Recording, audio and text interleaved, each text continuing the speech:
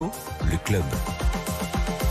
L'avenir est le seul endroit où l'on est tous certains de passer le restant de nos jours, et l'avenir a ses 25 minutes chaque vendredi effectivement, parce que les blockchains, les cryptos contiennent une fraction de cet avenir. On leur consacre un rendez-vous hebdomadaire dont vous avez désormais l'habitude. Claire Balva vient de nous rejoindre, experte crypto indépendante. Bonjour Claire. Bonjour Guillaume. Bienvenue. Owen Simonin aussi avec nous. Bonjour Owen. À la tête de Meria. Alors nous, il y a une mouche qui se balade sur le plateau de BFM Business depuis le début de l'émission. Owen, vous avez de la chance d'être à distance en espérant que vous n'ayez pas de mouche, vous, dans vos bureaux. Owen Simonin à la tête de Meria et sa chaîne YouTube Asher. Xavier Fenot aussi nous accompagne à distance. Bonjour Xavier. Bonjour Guillaume. Pour Interactive Trading, le Bitcoin aura-t-il réussi à préserver les 30 000 $ malgré la purge cette semaine sur les marchés actions, en tout cas sur les marchés actions européens? La réponse est oui, ça a tangué hier, mais finalement on reconquiert aujourd'hui les 30 000 $, Xavier. Oui, le Bitcoin est toujours solide, c'est toujours le grand dominant du marché qui représente d'ailleurs à lui seul plus de 50% de l'ensemble de la capitalisation des crypto-monnaies. Donc 12% de hausse pour Bitcoin au mois de juin, c'est bien mieux que les 3% qu'a fait l'Ether et que les moins 5% si on prend la capitalisation totale du marché en excluant Bitcoin et Ethereum. Effectivement, vous avez dit, on a tenu les 30 000 $, mais aussi on a fait quand même des nouveaux records 2023 cette semaine sur Bitcoin à 31 500 $. Mais il n'a pour autant pas réussi à sortir par le haut de ce qu'on appelle en fait une petite phase de consolidation horizontale dans laquelle on est depuis 15 jours entre 30 000 $ en bas et 31 500 $ en haut. Alors la bonne nouvelle, c'est que tous les voyants sont au vert. Tendance haussière depuis le début de l'année, impulsion haussière qui a été impressionnante au mois de juin et d'ailleurs qui reste intacte tant qu'on tiendra les 28 000 $, et surperformance, je le disais, du Bitcoin par rapport à presque toutes les autres crypto-monnaies depuis des semaines et depuis des mois. La question est, arrivera-t-il seul à remettre une jambe de hausse? J'en doute. On voit Ether, par exemple, qui a du mal à passer les 2000, voire les 2100 $ pour mettre un terme à ce range, finalement, dans lequel on est depuis un an, entre 2100 $ en haut et 1000 $ en bas. Et les altcoins qui sont plutôt délaissés après une année 2022 qui a été très compliquée, même si oui, on a eu quand même de très beaux rebonds tout au long du mois de juin, d'ailleurs, qu'on a pu exploiter. Donc ce qui me gêne aujourd'hui, en fait, ce sont plutôt les marchés traditionnels topiches, en attendant là où les hausses des taux de la Fed pour le second semestre 2023, des grosses zones de résistance qu'on a un peu partout sur le marché crypto. Donc on l'a dit sur Ether, sur la capitalisation totale aussi, on est sur les plus hauts de l'été 2022, plus hauts de début 2023, on y est. Et les altcoins qui proposent pour le moment que des rebonds techniques, alors même si certes, parfois ils sont violents, on a parfois quand même des quelques plus 50% en quelques semaines, comme on a eu sur Solana, Litecoin et d'autres. Donc je reste toujours optimiste, mais plutôt acheteur sur repli, plutôt que sur des accélérations haussières. On a eu par exemple Litecoin, pour reprendre cet exemple, qui a gagné 50% en 15 jours au mois de juin et qui retombe finalement de 17% en une semaine. Donc voilà, les voyants sont ouverts. Tant qu'on tient les 28 000 $ sur le Bitcoin, 1800 $ sur Ether, attention quand même au timing d'intervention, en gardant toujours cette capacité à absorber les replis sans être systématiquement surinvesti. Merci Xavier. Xavier Fenot en direct avec nous pour Interactive Trading. Et l'actu a été encore très très riche pour cet écosystème Web3 tout au long de la semaine. La semaine dernière, on abordait d'ailleurs déjà les ETF Bitcoin, et cette semaine, du nouveau. Juste avant l'émission de la semaine dernière, Claire, la SEC avait rejeté les ETF déposés par BlackRock et Fidelity. Depuis, ces ETF ont à nouveau été soumis. Quels changements BlackRock et Fidelity ont-ils apporté, et pourquoi c'est intéressant? C'est vrai que la semaine dernière, on s'était quitté sur le terme d'inadéquat qui avait été utilisé par la SEC à propos de ces demandes d'ETF. Alors, il y a eu un peu de stress, forcément, dans les minutes et les heures qui ont suivi sur pourquoi la SEC avait retoqué ces demandes. En fait, on s'est assez vite rendu compte que la SEC demandait simplement des informations supplémentaires, notamment sur les plateformes d'échange avec lesquelles ces gestionnaires d'actifs allaient travailler pour surveiller les flux crypto. Donc c'est intéressant parce que ça s'inscrit quand même dans un contexte où les plateformes d'échange aux États-Unis sont quand même pour certaines en difficulté, puisqu'on rappelle que Coinbase et Binance sont poursuivis en justice par la SEC. Et donc c'est intéressant de voir que le régulateur demande des précisions spécifiquement sur les plateformes d'échange qui vont être utilisées. Alors il se trouve que BlackRock et Fidelity ont redéposé leur demande en disant que ce serait Coinbase, leur seul partenaire, la seule plateforme d'échange partenaire. Pas très surprenant puisque Coinbase c'est quand même la plus grosse aux États-Unis, la seule à être cotée en bourse, etc. C'était inenvisageable que ce soit Binance de toute façon au vu des poursuites. Donc ça va être intéressant finalement de voir si la SEC se prononce positivement malgré les poursuites en cours sur Coinbase qui liste des jetons qui sont considérés par la SEC comme étant des securities. Alors on voit aussi qu'il y a beaucoup d'acteurs qui en profitent pour pointer du doigt le fait que ça manque réellement d'avoir des ETF basés sur un sous-jacent pur Bitcoin. Il y a déjà des sortes d'ETF crypto aux États-Unis, notamment à New York, mais qui n'ont pas réellement Bitcoin en sous-jacent, qui vont avoir des parts de sociétés au Liechtenstein qui, elles, vont avoir du Bitcoin ou de l'Ether. Donc il y a vraiment ce manque d'ETF qui est criant depuis plusieurs années. Ceci dit, certains analystes alerte. Ils estiment que Coinbase n'est pas assez important pour assumer ce rôle qui lui serait donc confié. Pour quelles raisons d'ailleurs, Owen, ces analystes se méfient-ils de Coinbase ? Alors, le premier point, c'est qu'aujourd'hui, vous l'avez dit Guillaume, il y a beaucoup d'actualités, c'est vrai, mais il y a beaucoup d'actualités autour de cette demande d'ETF. Il n'y a pas grand-chose d'autre, sinon autour de l'actualité de la crypto-monnaie, un peu comme si le monde entier retenait son souffle en attendant de savoir si cet ETF de BlackRock et des autres institutions allait être accepté. En l'occurrence, Kaiko, qui est un crypto asset data provider, donc qui fournit des données sur les activités des différentes plateformes d'exchange centralisées et décentralisées, alerte quant à la capacité de Coinbase à fournir suffisamment de liquidités pour pouvoir honorer tous ces ETF. Vous l'avez compris, il n'y a pas grand monde actuellement aux États-Unis sur le marché de la crypto-monnaie. Coinbase a 5,4% du marché de l'échange spot de crypto-monnaie, donc l'échange sec de crypto actifs dans le monde, et à peu près 6% sur le Bitcoin. Et ça représenterait déjà une goutte d'eau à côté du volume de Binance, d'un peu plus de 50% du marché spot dans le monde. Sauf que Binance, aux États-Unis, c'est encore plus compliqué que Coinbase, et c'est pas possible de travailler avec eux en ce moment, surtout que Binance US ne proposerait plus du coup ce genre de service pour le moment sur le sol américain. En tout cas, la plupart des institutions ne pointent pas Binance vu la situation actuelle. Et donc, Kaiko remet en cause une potentielle vérité. Pour le coup, c'est le temps pourra nous le dire, sur l'incapacité à Coinbase, avec 6% des parts du marché spot mondial sur le Bitcoin, d'honorer une demande de volume aussi folle que pourraient représenter les ETF et l'entrée de liquidité pour des ETF comme celui de BlackRock, par exemple, ou encore celui de Fidelity. Quoi qu'il en soit, il n'y a pas grand monde sur le marché américain qui pourrait subvenir à ce besoin et donc proposer des volumes à ces différents ETF qui vont avoir besoin de se fournir lourdement en Bitcoin s'ils sont acceptés. Et ça pourrait donc avoir des problèmes de conflit, notamment quand on est aussi gros sur un aussi petit volume de crypto-monnaie, il pourrait y avoir de la manipulation de marché et donc Coinbase pourrait être, même si l'ETF est accepté, très surveillé dans cette démarche. Et si ces ETF spot sur Bitcoin voient le jour, on imagine que ça aidera peut-être effectivement davantage à l'adoption du Bitcoin auprès, par exemple, des retraités américains, mais pas que. On rappelle que BlackRock est le premier gestionnaire d'actifs au monde et peut-être que donc l'adoption progressant, la volatilité de Bitcoin, elle, pourrait s'en trouver un peu réduite à terme. On verra, c'est une question qui se pose et que certains de nos experts nous ont posé, en tout cas ont voulu aborder tout au long de la semaine sur BFM Business, d'ailleurs dans ce rendez-vous du club BFM Crypto, chaque jour à la même heure, à 16h30. BlackRock, dont le patron Larry Fink a donné son avis sur le Bitcoin ces derniers jours en disant que Bitcoin c'est de la balle. Enfin c'est de la balle, non. Il a dit Bitcoin c'est de l'or. Voilà ce qu'il a dit. Ce sont les termes précis de Larry Fink. Oui, le Bitcoin c'est de l'or. Larry Fink, mesdames, messieurs, le boss de BlackRock, premier gestionnaire d'actifs au monde, déclare sa flamme pour Bitcoin. Si on vous l'avait dit il y a 2-3 ans, j'imagine que vous ne l'auriez pas cru, ni l'un ni l'autre, ni Claire.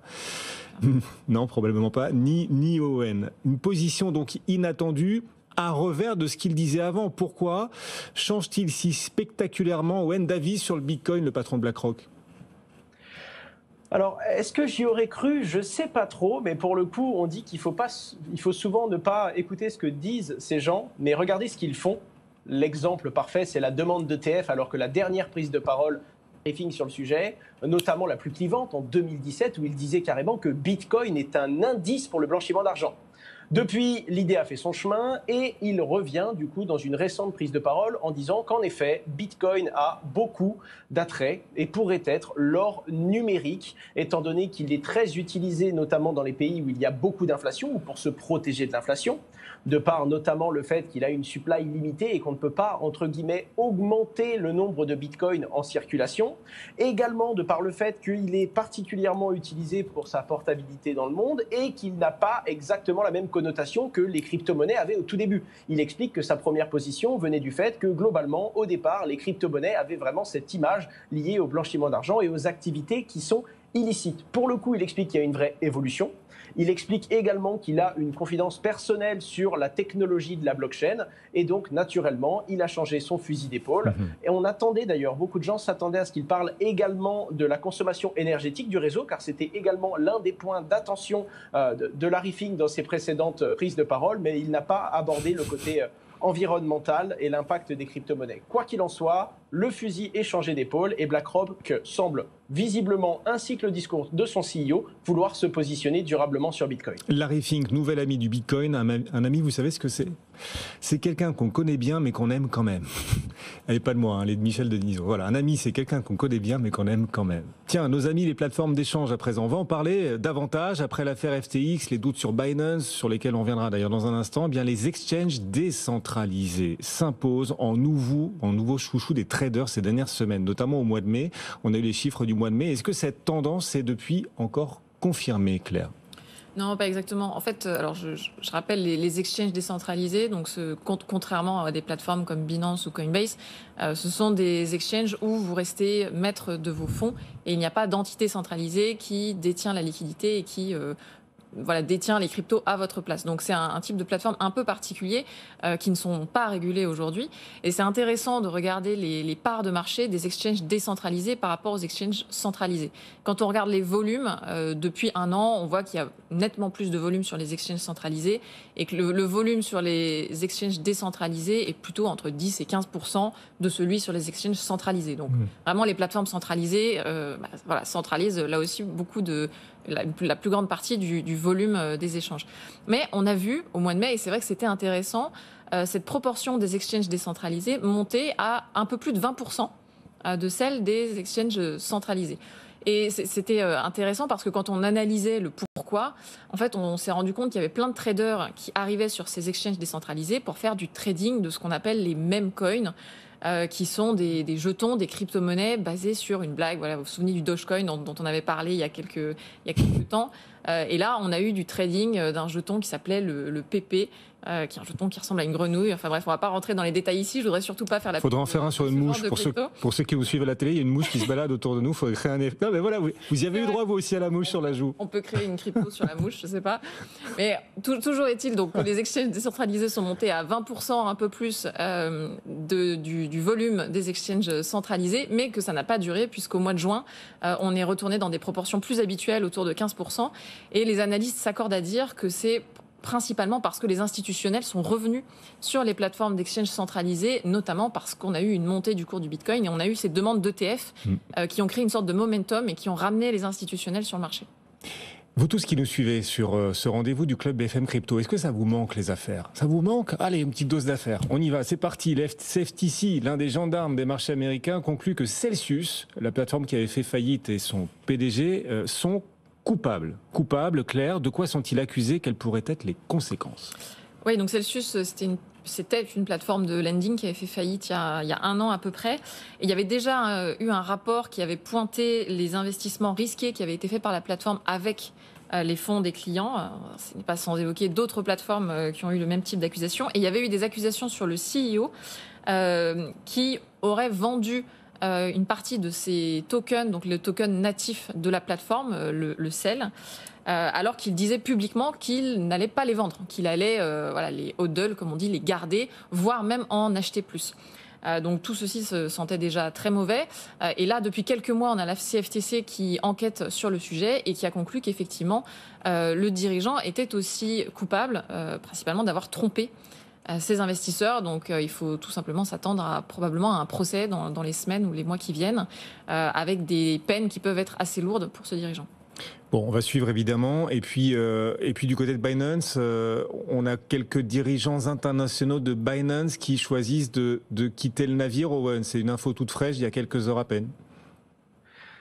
Tout à fait. Il y a plusieurs gros sujets autour de Binance. Vous l'avez compris, globalement, ce qui se passe aux États-Unis et ce qui affecte directement Coinbase et Binance, que ce soit les régulateurs américains ou que ce soit justement du potentiel business, des potentiels volumes supplémentaires qui viendraient des ETF ou du marché.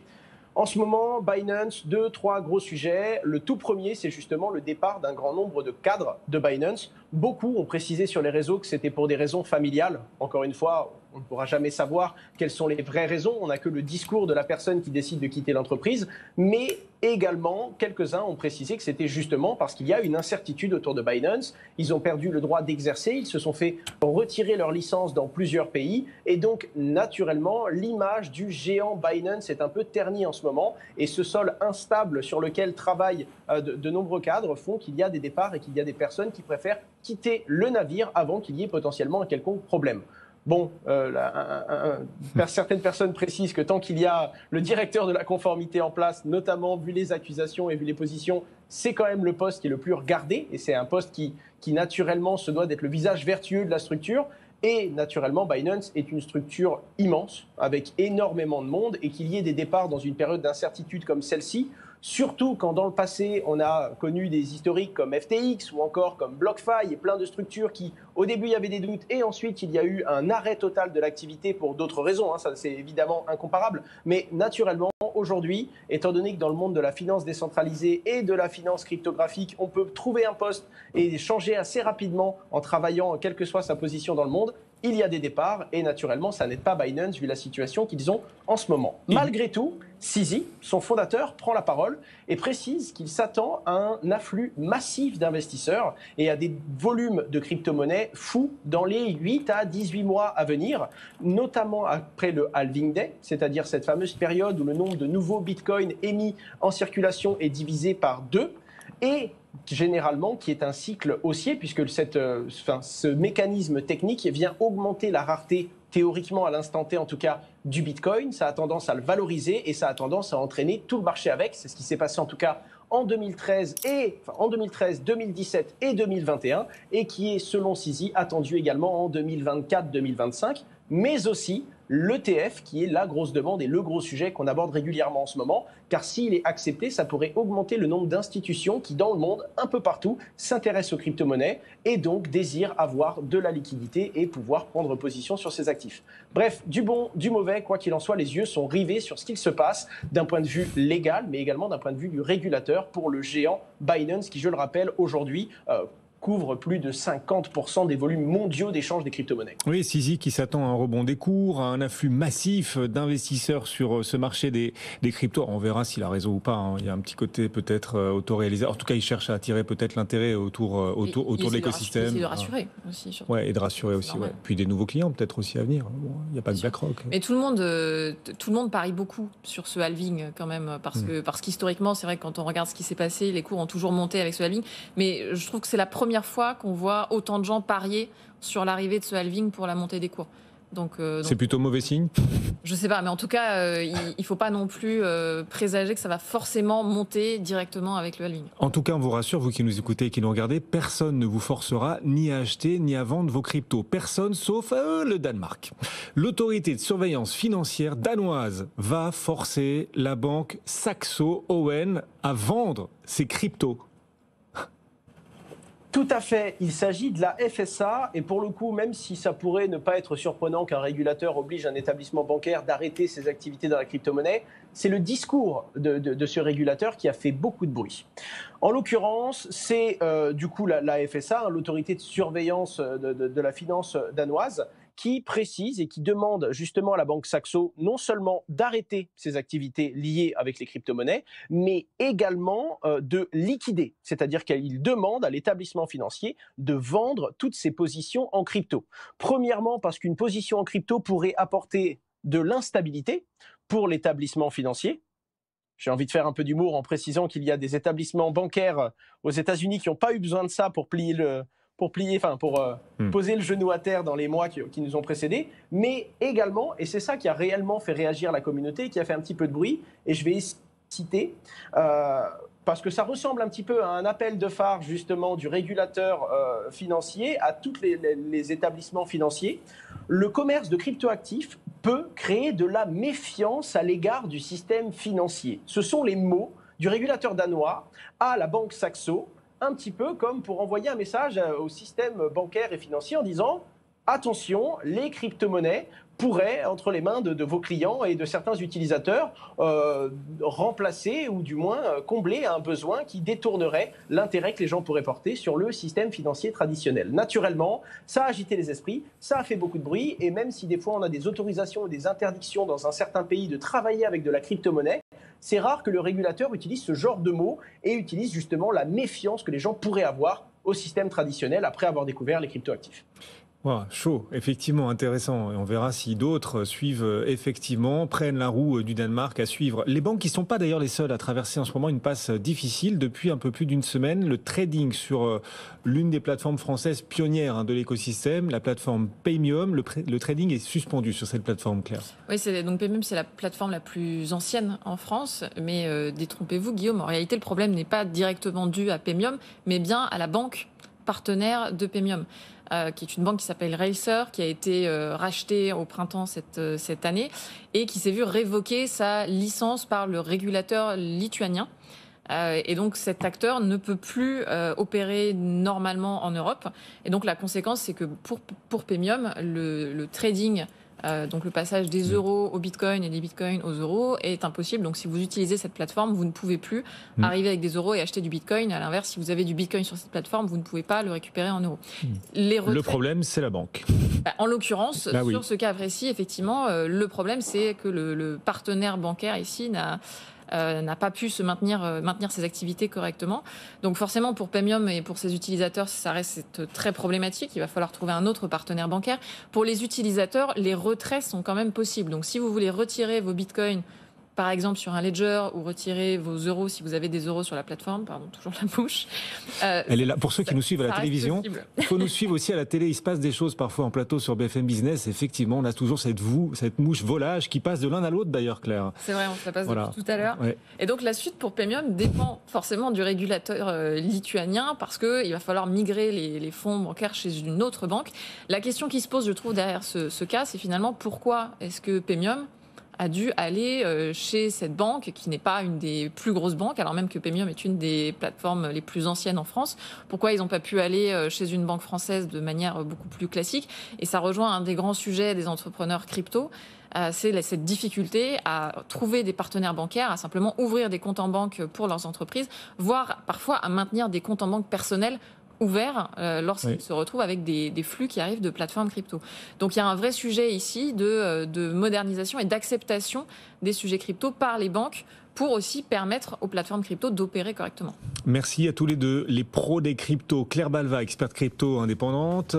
La mouche du coche, en l'occurrence, et Owen Simonin qui nous accompagnait depuis ses bureaux de Mérias. Salut Owen, merci d'avoir participé une nouvelle fois et de nous avoir aidé à construire cette émission et construit aussi, c'est vrai, en grande partie grâce à l'ensemble de vos équipes.